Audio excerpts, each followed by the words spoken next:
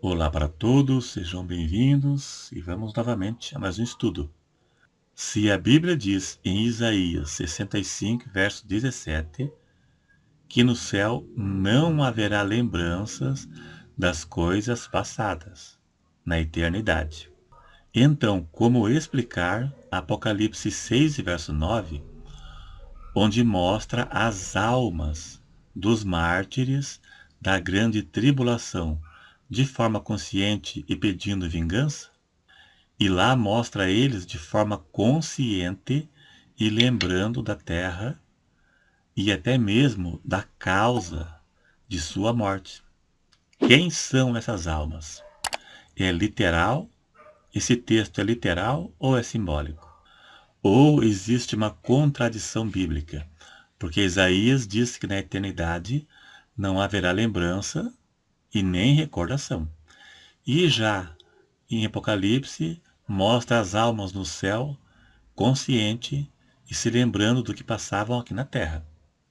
Vamos ler essas duas passagens para contextualizar o assunto e assim ficar mais fácil a compreensão. Primeiro vamos ler Isaías 65, verso 17, onde diz que não haverá lembranças e nem recordações. Acompanhe na sua tela. Pois eis que eu crio céus novos e nova terra, e não haverá lembranças das coisas passadas, e nem mais se recordarão. Veja que nesta passagem diz que não haverá lembranças e nem recordações. Agora Apocalipse 6, verso 9. Se referindo aos mártires, aqueles que serão mortos durante a grande tribulação. É algo ainda futuro. E havendo aberto o quinto selo, vi debaixo do altar as almas dos que foram mortos por amor da palavra de Deus e por amor do testemunho que deram. E clamavam com grande voz, dizendo: Até quando, ó verdadeiro e santo dominador, não julgas e vingas o nosso sangue dos que habitam sobre a terra?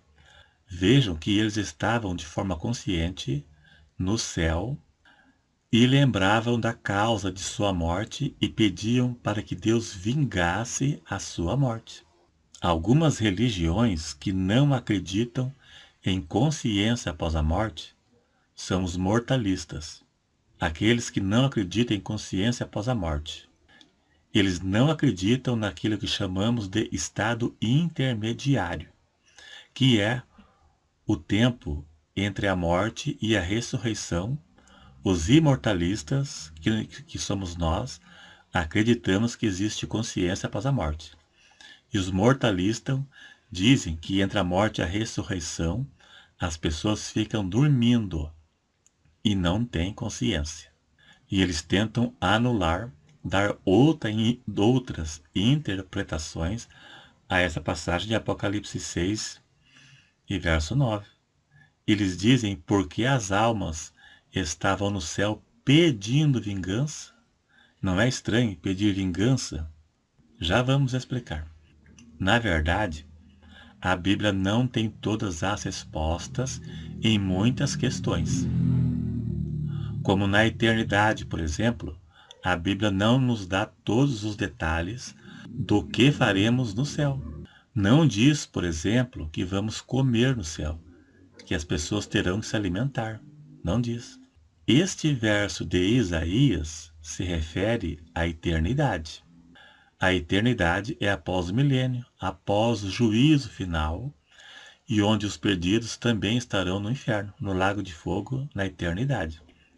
Veja que diz, novos céus e nova terra. Terra se refere à eternidade. O novo céu e a nova terra é o mesmo que João viu em Apocalipse 21. Ele viu o novo céu e a nova terra descer do céu. Isso se refere à Nova Jerusalém, onde os salvos vão morar na eternidade. Isso aqui se dará após o reino milenar, depois do juízo final. E já em Apocalipse 9, verso 6, as almas debaixo do altar, conforme já lemos, não se refere à eternidade.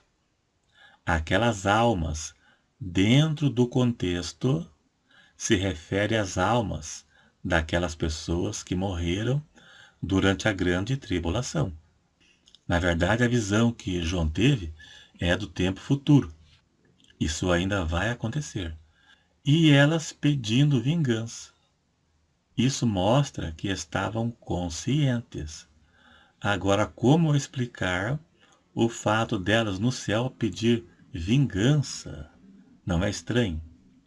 Isso se refere que elas conheciam a palavra de Deus e sabiam que Deus iria vingar a morte delas e daqueles que habitam sobre a terra, a morte delas que morreram durante a grande tribulação por não aceitarem a religião do anticristo, e que Deus vingaria a morte daqueles que ainda haviam de ser mortos.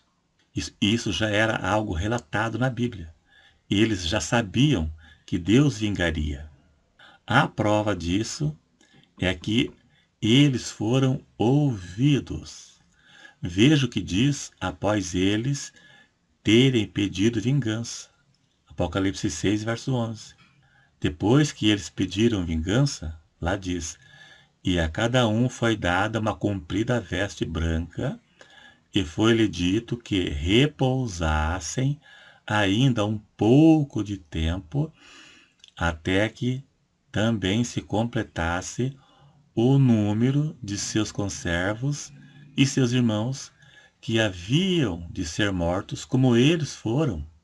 Veja, foi dito que eles esperassem até completar o número daqueles que ainda haviam de ser mortos, como eles também foram. E daí haveria a vingança. Então já era uma profecia que Deus vingaria a morte deles. Então por isso que eles pediram para que vingasse, porque já era uma profecia que iria se cumprir. Veja que foi dito que eles esperassem completar o número daqueles que ainda haveriam de ser mortos durante a grande tribulação.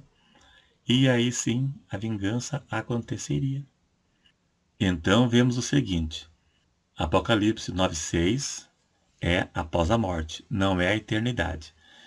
E Isaías 65,17 é a eternidade. São dois períodos distintos. Então, não existe nenhuma contradição entre essas duas passagens. Mas então, se baseando nisso, será se os que morrem salvo hoje têm lembrança da terra? Ou isso foi um caso isolado, ou foi uma exceção?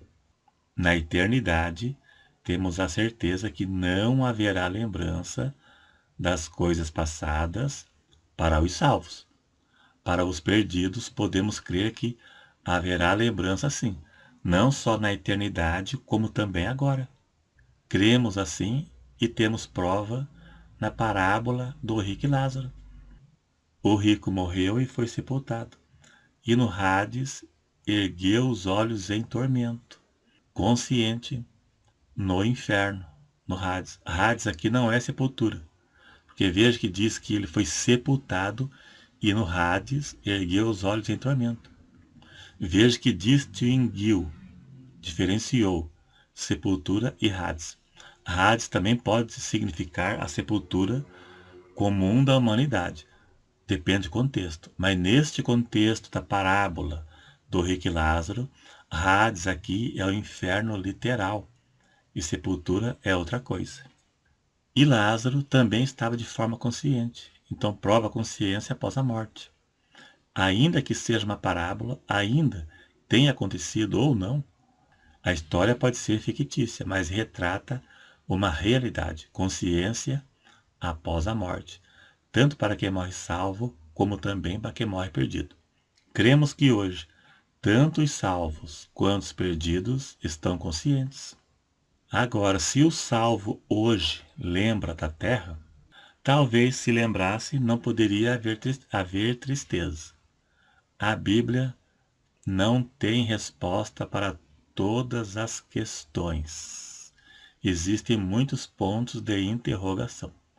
Aquilo que é necessário para ser salvo e ter comunhão com Deus está completo e literal. Mas tem pontos de interrogação que em nada interfere na nossa salvação e nem na comunhão com Deus. Deuteronômio 29, verso 29 diz: as coisas reveladas são para o nosso Deus, e as encobertas são para nós e nossos filhos. Então, a Bíblia não tem resposta para tudo. A vida no céu, podemos crer que existe uma lacuna, um espaço vago, que a Bíblia não nos dá todas as informações. Tudo que faremos no céu. Vamos comer, vamos beber, andar, fazer o quê? Não temos todas a resposta. Mas na eternidade, com certeza, tudo isso será revelado na prática para aqueles que foram salvos. Saberemos na prática, né, como será a vida no céu. E assim que morrermos também, saberemos na prática se lembraremos daqui ou se não lembraremos daqui antes da eternidade. Então é isso aí. Se você gostou, dá um joinha. É um texto bem complicado, um assunto complicado, difícil de interpretar. Dá um joinha se gostou. Talvez a sua interpretação não seja a mesma, mas de qualquer forma, dá um joinha se gostou.